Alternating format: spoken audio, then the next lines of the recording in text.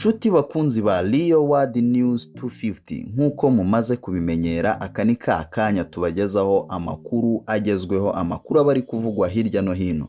Amakuru yacu akunda kwibanda ku makuru ya politike, amakuru y'imyidagaduro, ay'ibyamamare n'abahanzi ndetse n'andi makuru yose aba ari gucicikana ku mbuga nkoranyambaga. Muri aka kanya tugiye kubagezaho amakuru arimo aravugwa muri East Africa ndetse no mu bindi bihugu by'ibituranyi. I Burundi, umupolisi wari ucungiye Ndayishimiye Evariste, perezida w'iki gihugu, umutekano yuzuye umwuka asaba abantu kwitegura Yesu.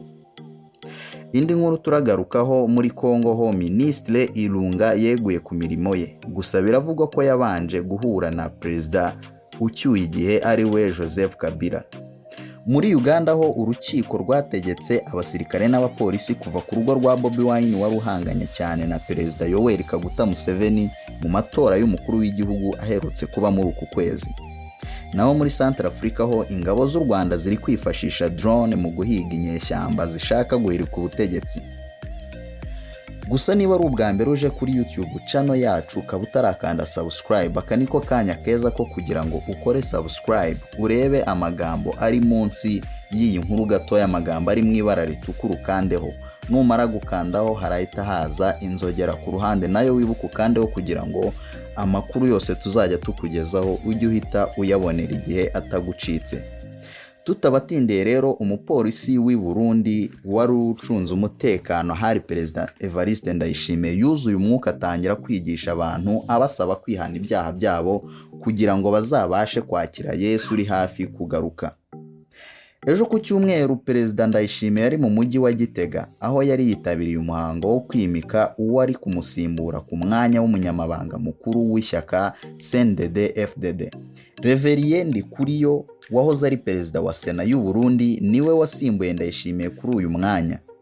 Ubwo umuhango wo kwimika umunyamabanga mukuru wa CNDD-FDD wari urimbanyije, umwe mu bapolisi bari bacunze umutekano utabashije kumenyekana amazina yuzuye umwuka atangira kubwiriza abantu. Amashusho yagiye hanze agaragaza uriya mupolisi wari ufite imbunda mu ntoki avuga mu ijwi riranguruye asaba abantu kureka ibyaha bagakurikira Yesu Kristo, umugabo w'ukuri. Yaravuze ati, Yesu ariho kugira ngo ukire, Yesu ariho kugira ngo ubone ubugingo. Niba warishwe n'ubujura, niba warishwe n'ubusambanyi, Yesu ariho, ibisingira ubwoba bwo kubivuga. Oya, ndavuga Yesu, ndavuga umugabo w'abagabo ukomeye cyane ndetse usumba bose. Uyu mupolisi akomeza agira ati, wowe urinde wajya imbere y'ubutumwa bwiza, ko n'ababigerageje byabananiye. Imana iravuga ngo tuyivuge, Imana iravuga ngo tuyivuge. None wowe urinde warwanya ibyiza byayo, urinde warwanya ubutumwa bwiza. Erega nta bwoba nge ngira, ndi umugabo w'abagabo. Yakomeje agira ati, Yesu agiye kugaruka, Yesu agiye kugaruka.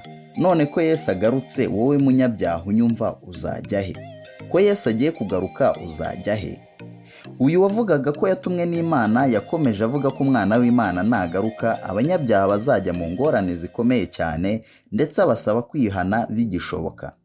Amakuru avuga ko uyu mupolisi yafashwe agashyira mu modoka ya polisi yahise imujyana ahantu hataramenyekana. Muri Repubulika Iharanira Demokarasi ya Kongo ho, biravugwa ko Ministre Ilunga uherutse kwegura ku mirimo ye yabanje gusanga Kabila i Lubumbashi mbere yo kwegura. Ministre w'intebe wa Repubulika Iharanira Demokarasi ya Kongo, Sylvestre Ilunga Ilunkamba, kuri uyu wa 24 Mutarama uyu mwaka turimo w'ibihumbi 2021, yasanze Joseph Kabila mu mujyi wa Lubumbashi mbere y'uko yegura kuri izi nshingano. Ni amakuru ibiro bya Ministre w'intebe wa Repubulika Iharanira Demokarasi ya Kongo byemeje yakurikiye itora ry'abagize inteko ishinga amategeko ryabonetsemo ubwiganze bw'amajwi asaba kwegura Ilunga usanzwe ari umuyoboke w'ihuriro mpuzamashyaka rya FCC riyobowe na Joseph Kabila wahoze ari perezida w'iki gihugu. Minisitiri Ilunga yagize ati, ngiye i Lubumbashi guhura na nyakubahwa Joseph Kabila Kabange, umuyobozi w'icyubahiro wa FCC. Niwe wantanze nk'umukandida ku mwanya wa Ministre w'intebe, bituma nyakubahwa perezida wa Repubulika umukuru w'igihugu amize inshingano. Abadepite 300 muri 500 bagize inteko ya Repubulika Iharanira Demokarasi ya Kongo yiganjemo abayoboke ba FCC nibo batoye icyemezo cyo kweguza Minisitiri Ilunga tariki ya 23 Mutarama uyu mwaka turimo 2021 ahabwa amasaha 48 yo kuba yeguye. Nk'uko twabigarutseho tugitangira, urukiko rwo muri Uganda rwategetse abasirikare n'abapolisi kuva mu rugo rwa Bobi Wine. Urukiko rukuru muri Uganda rwategetse abasirikare n'abapolisi bamaze iminsi bagosa urugo rw'umunyapolitike Robert Kyagulanyi uzwi nka Bobi Wine kuruvamo. Aya makuru yemejwe n'umuvugizi w'ishyaka NUP National Unity Platform Bobi Wine abereye umuyobozi ariwe Joel Senyonyi kuri uyu wa 25 Mutarama uyu mwaka turimo 2021. Senyonyi ku rubuga rwa Twitter yagize ati: amakuru mashya, urukiko rukuru rwatanze itegeko risaba polisi n'abasirikare kuva mu rugo rwa Honorable Kyagulanyi tariki ya 15 Mutarama uyu mwaka turimo 2021. Nyuma y'umunsi umwe habaye amatora y'umukuru w'igihugu nibwo Bobi Wine wari umukandida yatangaje ko abasirikare bagose urugo rwe. Icyo gihe yari kumwe n'umugore we ariwe Barbie Itungo n'undi mwana w'amezi 18 y'amavuko wa murumuna we. Kuva ubwo Bobi Wine yavuze ko aba basirikare batabemerera gusohoka muri uru rugo. Muri Centrafrica ho ingabo z'u Rwanda zirifashisha drone mu guhiga inyeshyamba. Ingabo z'u Rwanda ziri mu butumwa bw'amahoro muri Repubulika ya Centrafrica zirifashisha utudege duto tuzwi nka drone mu guhiga imitwe yitwaje intwaro ikomeje guhungabanya umutekano w'abaturage. Nk'uko bizwi, utu tudege twifashishwa mu bikorwa bitandukanye birimo gushakisha amakuru mu buryo bw'amafoto ndetse n'amashusho, tukaba twoherezwa aho umuntu yagera bigoranye cyangwa se ntabe yanabasha kuhagera. Amakuru avuga ko aba basirikare babiri b'u Rwanda bari mu mutwe w'ingabo z'umuryango w'abibumbye zibungabunga amahoro muri iki gihugu za MINUSCA bagaragara mu ifoto, bari biteguye kohereza drone mu kirere kugira ngo ijye gushakisha ahantu abarwanyi b'iyi mitwe baba baherereye. Umuyobozi wa MINUSCA akaba n'intumwa yihariye y'umunyamabanga mukuru wa UN muri Centrafrica ariwe Mankel Diaye yabitangaje tariki ya 21 Mutarama uyu mwaka turimo. Yavuze ko utu tudege turi mu bikoresho ingabo ayoboye zikeneye cyane muri iki gihe ibitero by'imitwe yitwaje intwaro bikomeje kwiyongera. Utu tudege ndetse n'ibindi nka kajugujugu zigaba ibitero arizo zizwi nka attack helicopters byitezweho kuba byafasha ingabo za MINUSCA guhashya iyi mitwe yitwaje intwaro muri iki gihe. Mu Rwanda ho ibyo gusezera kwa Tidjara Kabendera, umunyamakuru wa RBA ariwe Pasteur Cleophas Barore avuga yuko yabibonye ku mbuga nkoranyambaga. Umunyamakuru wa RBA Pasteur Cleophas Barore avuga ko ibyuko mugenzi we Tidjara Kabendera yasezeye mu kigo cy'igihugu gishinzwe itangazamakuru yabibonye ku mbuga nkoranyambaga. Mu kiganiro The Choice ku Isibo TV, Barore avuga ko gusezera kwa Tidjara nawe byamutunguye. Yaravuze ati: nabibonye ku mbuga nkoranyambaga gusa byarantunguye. Nta byinshi nabivugaho kuko ni icyemezo cye, gusa namwifuriza amahirwe masa mu kazi gashya cyane ko nta wamwirukanye.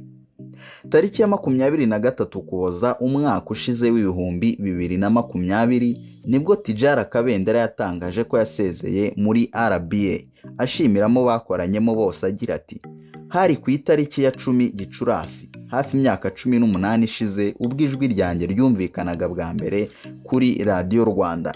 Icyo gihe yagize ati: byari nk'inzozi zibaye impamo kuri njye kuko narabyifuje, Imana irabikora mbigeraho. Abakunzi mfite ndabizi ko ari benshi nta gushidikanya, mwese twabanye mu biganiro bitandukanye, mwakomeje kungaragariza ko byose mwabikunze ubutitsa. Ese ubu imyaka maze munyumva ntiyabihagije ra? Ubu sinayamanika. Kuri uyu wa 24 Mutarama uyu mwaka turimo 2024, Tidjara yifashishije imbuga nkoranyambaga ze yamenyesheje abakunzi be ko yagarutse muri uyu mwuga. Yabigaragaje mu ijambo rigira riti TK on air, yongeraho ati TK in the house again. Ndumva nabibabwira byose, ariko icy'ingenzi ni ukudakuraho urushinge ku 104 n'igice kimwe. ukongera ukumva TK wawe tugatwika. Vision Radio ifite umurongo wa FM 104.1 niyo Tijara atangira gukorera guhera kuri uyu wa 25 Mutarama uyu mwaka turimo w'ibihumbi 2021 saa 4 z'ijoro. Ubwo ni ukuvuga ko ari uyu munsi wo kuwa mbere. Nshuti bakunzi ba Leo World News 250, nahangaho dusubikiye amakuru yacu, gusa kugira ngo andi makuru tuzajya tubageza atazajya gucika, reba ijambo riri mu ibara ritukura munsi gatoya y'iyi nkuru ukandeho, wibuke gukanda no kunzogera kugira ngo andi makuru yose tuzajya dushyiraho ujye uhita ubimenyeshwa. Gumana natwe, amakuru yacu nakagaruka.